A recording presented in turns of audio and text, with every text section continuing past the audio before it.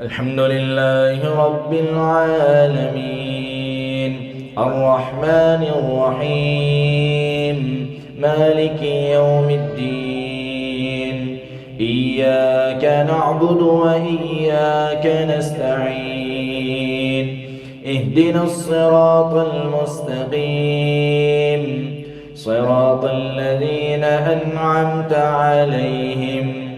غير المغضوب عليهم ولا الضالين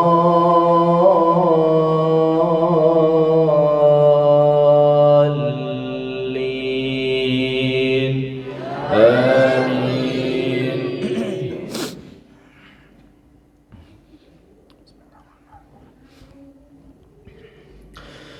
فما لكم في المنافقين فئتين والله أركسهم بما كسبوا أتريدون أن تهدوا من أضل الله ومن يضلل الله فلن تجد له سبيلا ودوا لو تكفرون كما كفروا فتكونون سواء فلا تتخذوا منهم أولياء حتى يهاجروا في سبيل الله فإن تولوا فخذوهم واقتلوهم حيث وجدتموهم ولا تتخذوا منهم وليا ولا نصيرا إلا الذين يصلون إلى قوم بينكم وبينهم ميثاق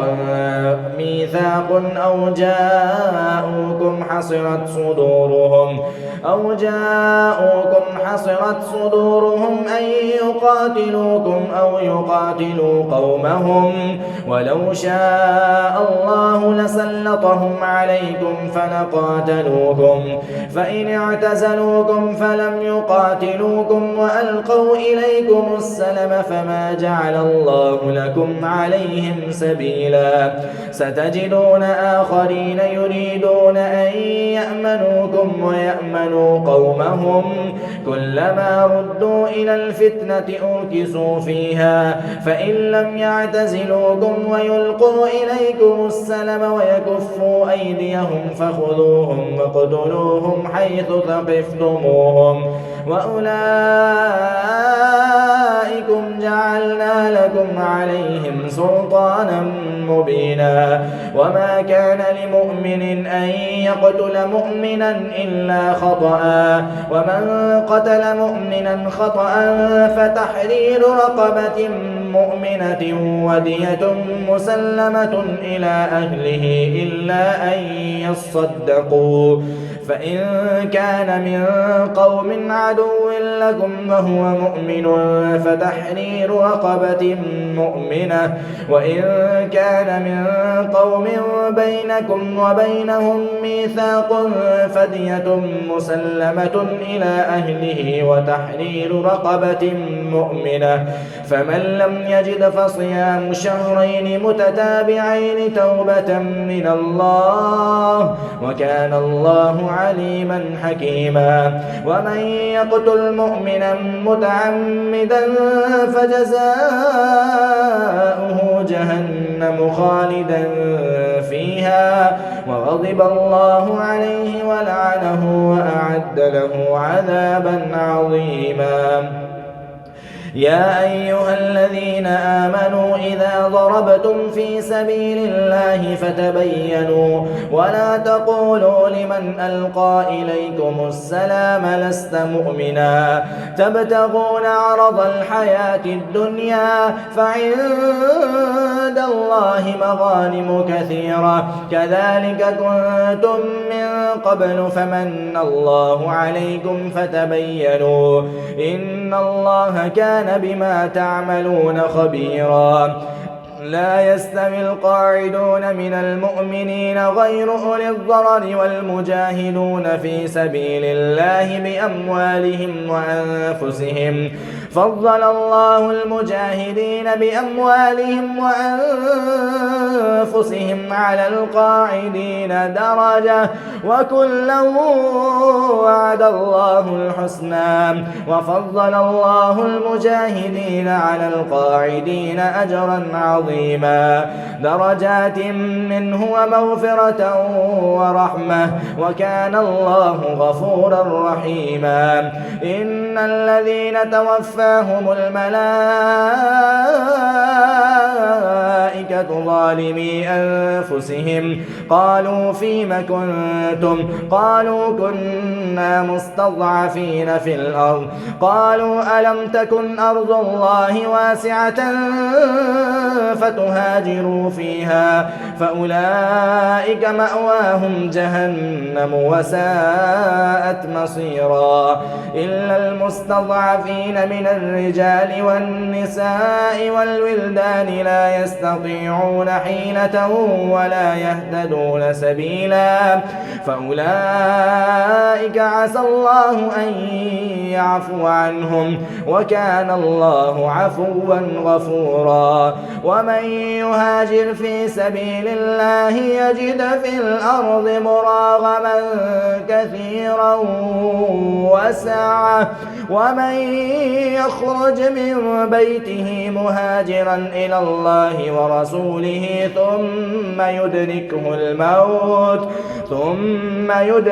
الموت فقد وقع أجره على الله وكان الله غفورا رحيما وإذا ضربتم في الأرض فليس عليكم جناح أن تقصروا من الصلاة إن خفتم أن يفتنكم الذين كفروا إن الكافرين كانوا لكم عدوا مبينا وإذا كنت فيهم فأقمت لهم الصلاة فلتقم طائفة منهم معك وليأخذوا أسلحتهم فإذا سجدوا فليكونوا من ورائكم ولتأت طائفة أخرى لم يصلوا فليصلوا معك وليأخذوا حذرهم وأسلحتهم ود الذين كفروا لو تغفلون عن أسلحتكم وأمتعتكم فيميلون عليكم ميلة واحدة ولا جناح عليكم إن كان بكم أذى من مطر أو كنتم مرضى أن تضعوا أسلحتكم وخذوا حذركم إن الله أعد للكافرين عذابا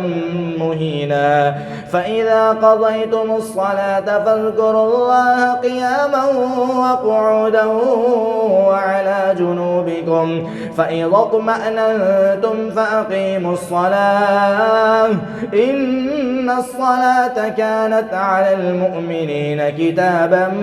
موقوتا ولا تهنوا في ابتغاء القوم إن تكونوا تألمون فإنهم يألمون كما تألمون وترجون من الله ما لا يرجون وكان الله عليما حكيما إنا أنزلنا إليك الكتاب بالحق لتحكم بين الناس بما أراك الله ولا تكن للخائنين خصيما واستغفر الله إن الله كان غفورا رحيما ولا تجادل عن الذين يختانون أنفسهم إن الله لا يحب من كان خوانا أثيما يستخفون من الناس ولا يستخفون من الله وهو معهم إذ يبيتون ما لا يرضى من القول وكان الله بما يعملون محيطا ها أنتم هؤلاء جادلتم عنهم في الحياة الدنيا فمن يجادل الله عنهم يوم القيامة أم من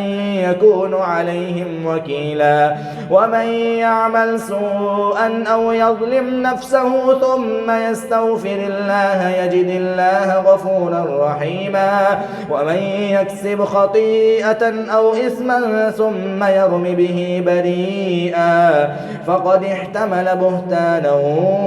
وإثما مبينا